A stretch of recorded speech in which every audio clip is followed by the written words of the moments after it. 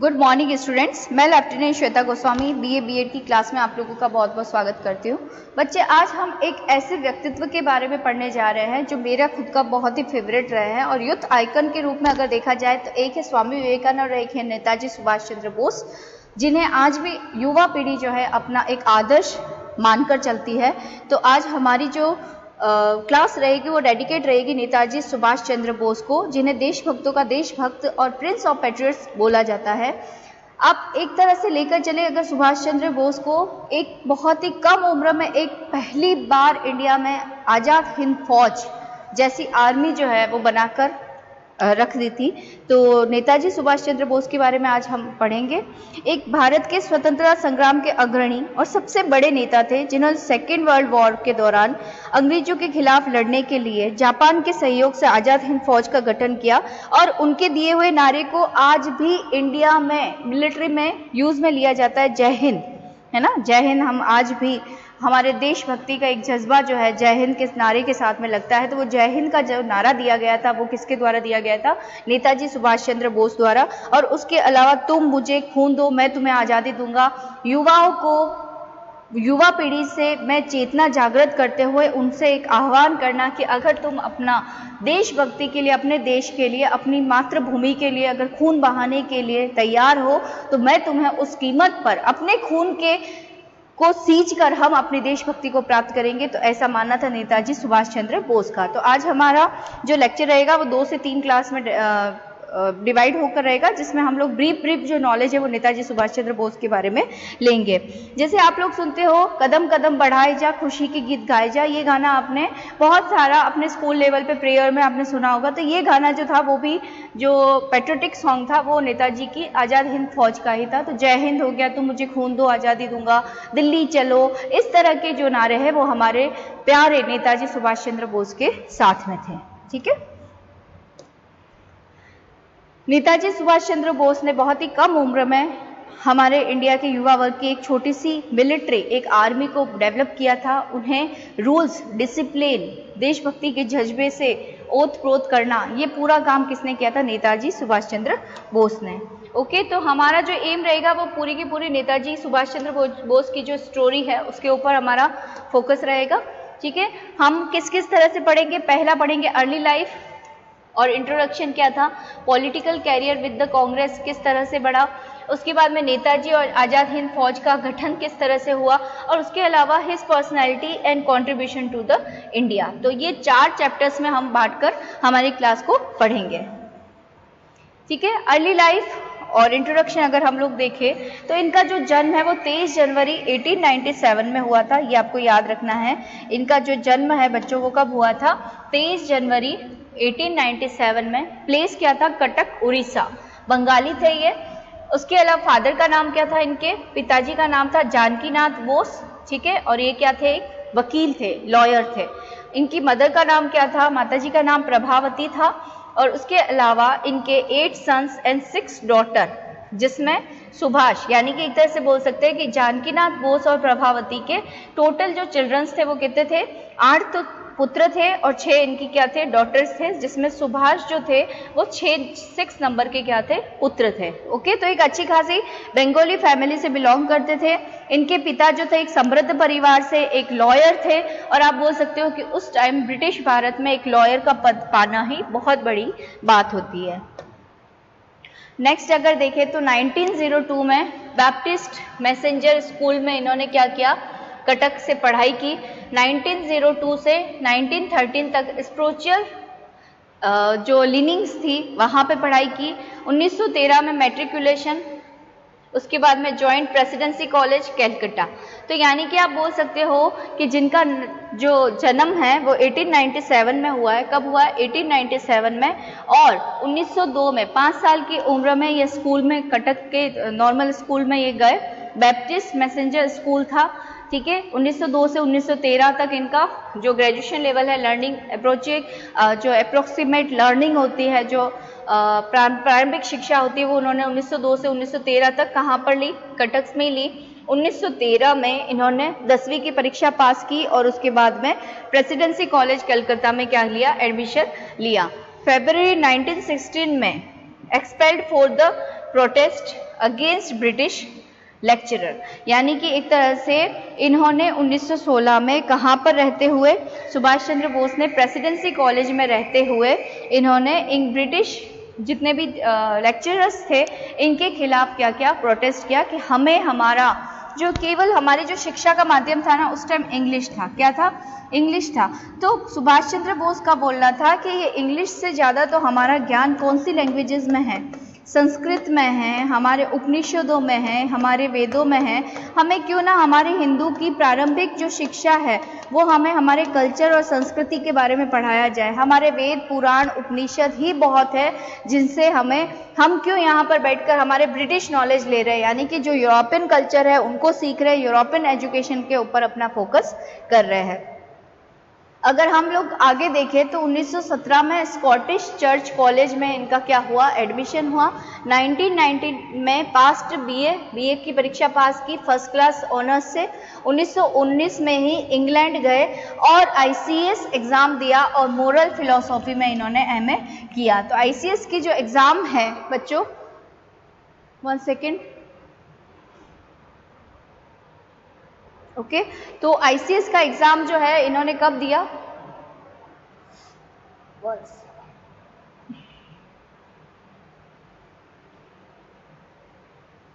Okay, तो ICS का exam इन्होंने 1919 में दिया और 1919 में कौन सी और घटना घटी थी आपको और अच्छे से पता है?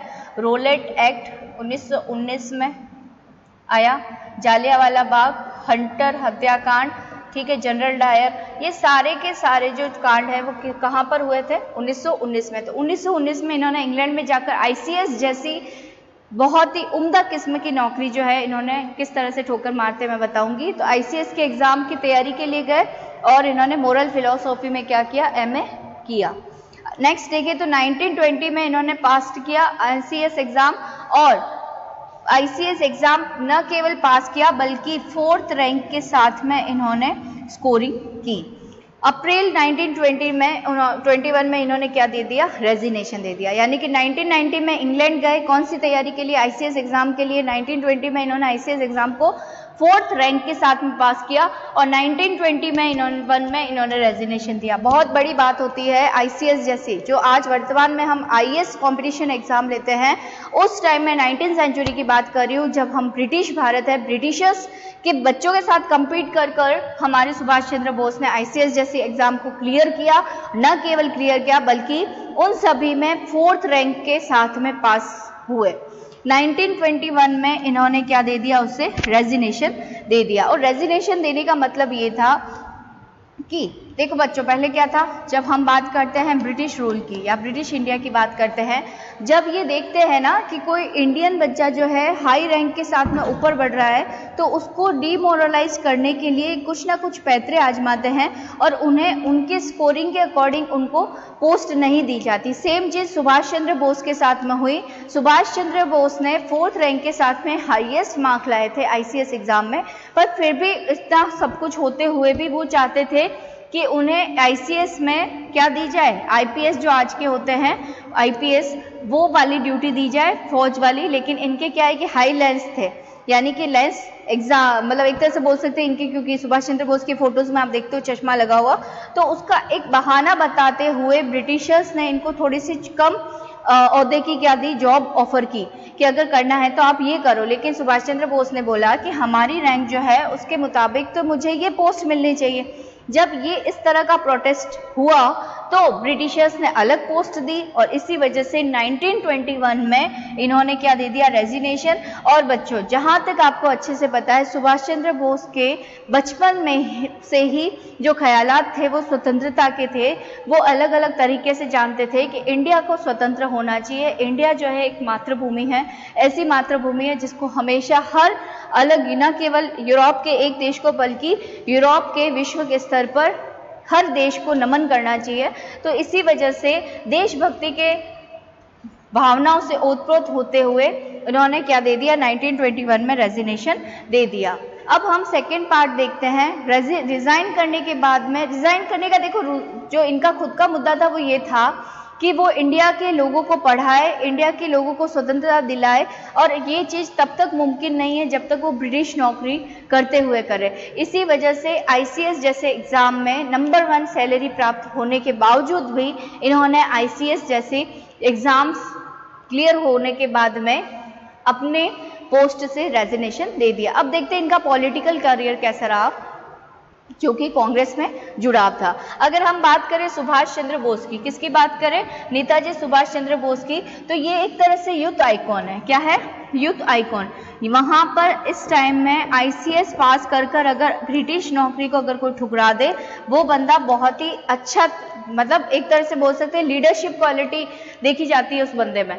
तो कलकत्ता का एक व्यक्ति Subhash Chandra Bose ICS exam England में जाकर क्लियर किया, 4th रैंक प्राप्त की, और जॉब मिलने के बाद में उस जॉब को ठोकर मार दी। तो ये सारा कलकत्ता में एक बहुत बड़ा हवा सा बन गया कि ऐसा कौन सा बंदा है जो अपने मातृभूमि के लिए आईसीएस जैसी हाईएस्ट सैलरी पेड, मतलब उसको ठोकर भी मार सकता है। ठीक है, तो political career with the Congress, इन्होंने बंगाल का एक यूथ आइकन बन के उभरे। कौन, सुभाष चंद्र बोस। 1921 में, देखो बच्चों, 1921 में इन्होंने क्या किया, आईसीएस से को रिजाइन कर दिया और इंडियन नेशनल कांग्रेस को के साथ में जुड़ गए। फिर 1921 में मीटिंग विद महात्मा गांधी के साथ में इनकी मीटिंग हुई, कलकत्ता और चित्तरंजन दास के साथ में इनकी मीटिंग हुई, यानी कि कलकत्ता में चित्तरंजन दास जो थे, सीआर दास, उनके साथ में इनकी मीटिंग हुई।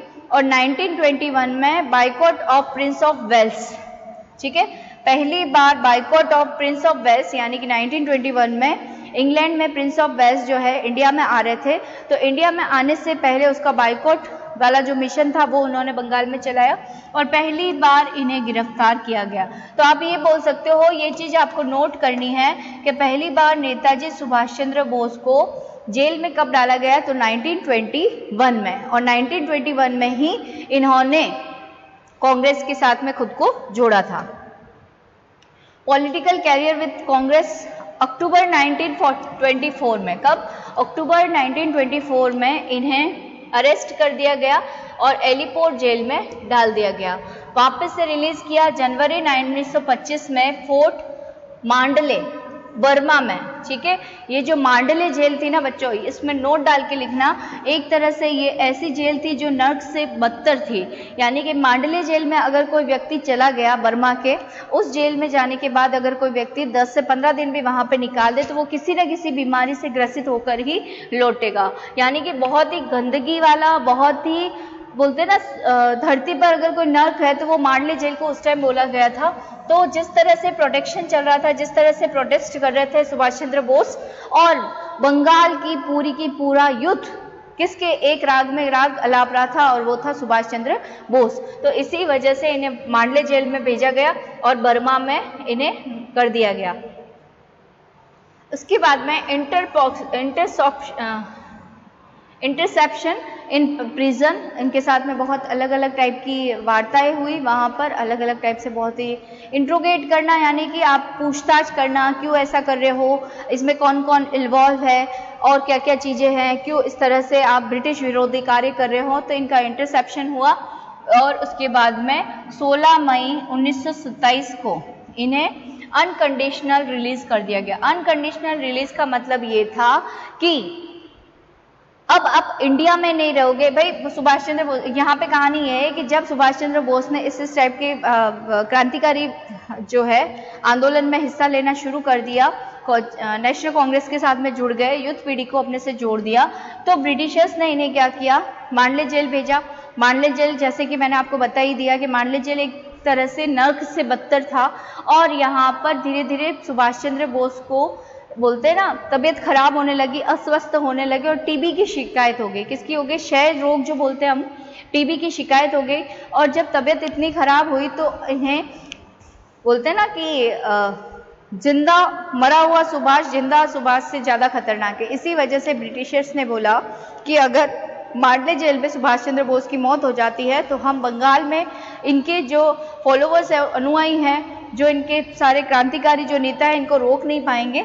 इसी वजह से इनको रिलीज कर दो, लेकिन इनको अनकंडीशनल रिलीज किया गया कि आपको वापस से हम अगर इंडिया में किसी भी विरोधी घटनाक्रम में आपको देखते हैं तो अगर लिप्स देखते हैं तो आपको क्या कर दिया जाएगा, वापस से इसी जेल में डाल दिया जाएगा।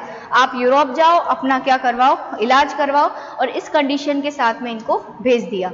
दिसंबर 1927 को general secretary of the Congress with Pandit Nehru, जब इन्हें रिलीज कर दिया गया तो रिलीज होने के बाद में तबीयत थोड़ी सी संभली, और संभलने के बाद में इन्हें पंडित जवाहरलाल नेहरू के साथ में जनरल सेक्रेटरी जो है, जॉइंट सेक्रेटरी बोल सकते हो, जनरल सेक्रेटरी बोल सकते हो, दिसंबर 1927 में कांग्रेस द्वारा नियुक्त किया गया।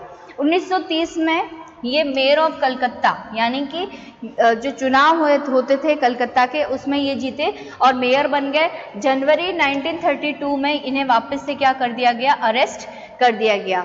उसके अलावा इल हिलित released in February 1933 and sent to Europe for medication treatment। वही चीज आ गई कि इन्हें 1932 में वापस से अरेस्ट किया गया और बोला गया कि आप कहाँ पर जाओ, यूरोप जाओ, और यूरोप में जाकर अपनी क्या करवाओ, तबीयत जो भी है सुधार कार्यक्रम आपका चलाओ, तबीयत को स्वस्थ लाओ, आपको यहाँ पर रुकने की जरूरत नहीं है। तो इल हेल्थ जो थे उन्होंने, मतलब एक तरह से बोल सकते हैं इल हेल्थ है, वैसे ये हेल्थ वर्ड है, ठीक है, शॉर्ट में इल हेल्थ, यानी कि तबीयत ज़्यादा खराब हो गई इनकी।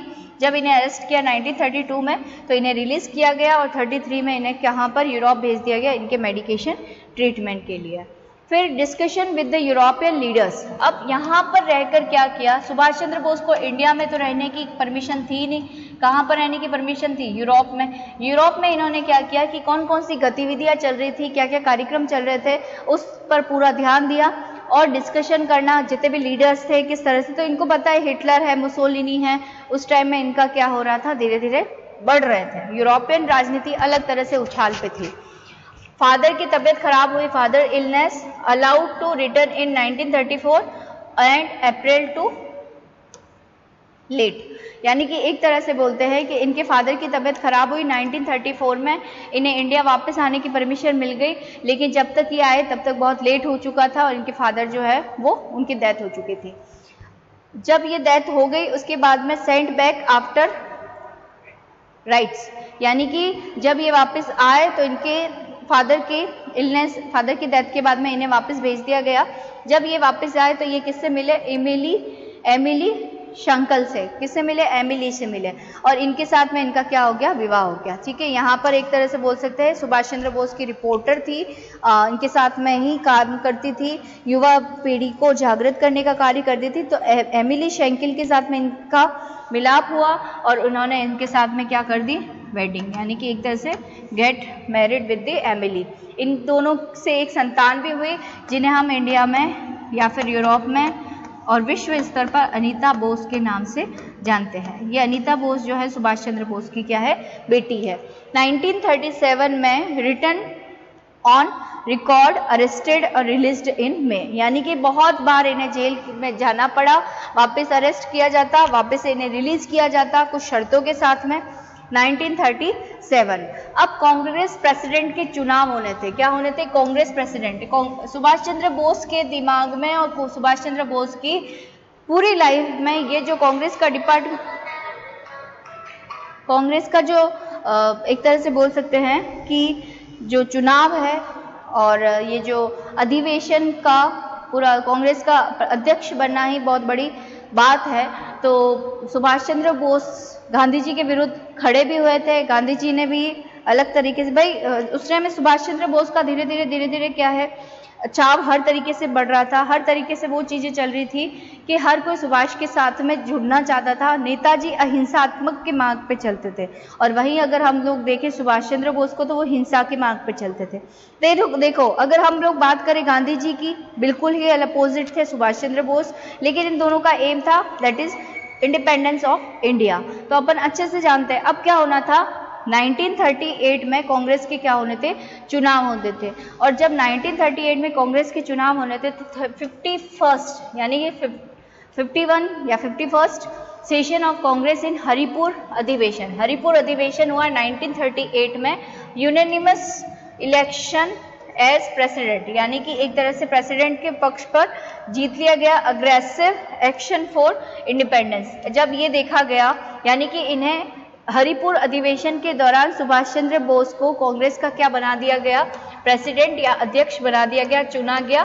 यानी कि एक तरह से तो यहाँ पर सुभाष चंद्र बोस ने बोला कि हमें एक आर्मी बनानी पड़ेगी, ब्रिटिशर्स को ब्रिटिशर्स के अकॉर्डिंग ही जवाब देना पड़ेगा, और इसी तरह से जिस तरह से तुम मुझे खून दो मैं तुम्हें आज़ादी दूंगा, वैसा ही हिंसात्मक जो था एक तरह से रवैया था किसका, मिस्टर सुभाष चंद्र बोस का। जो चीज़ कहीं ना कहीं कांग्रेस के बहुत सारे लोग जो थे उनको अखर रही थी कि हम लोग तो हिंसा के मार्ग पर चलना ही नहीं जानते हैं, हम तो अहिंसा के मार्ग पर चलना चाहते हैं। और ये वो टाइम है कि जब नेक्स्ट 1939 में सेकेंड वर्ल्ड वॉर की तैयारी हो चुकी है।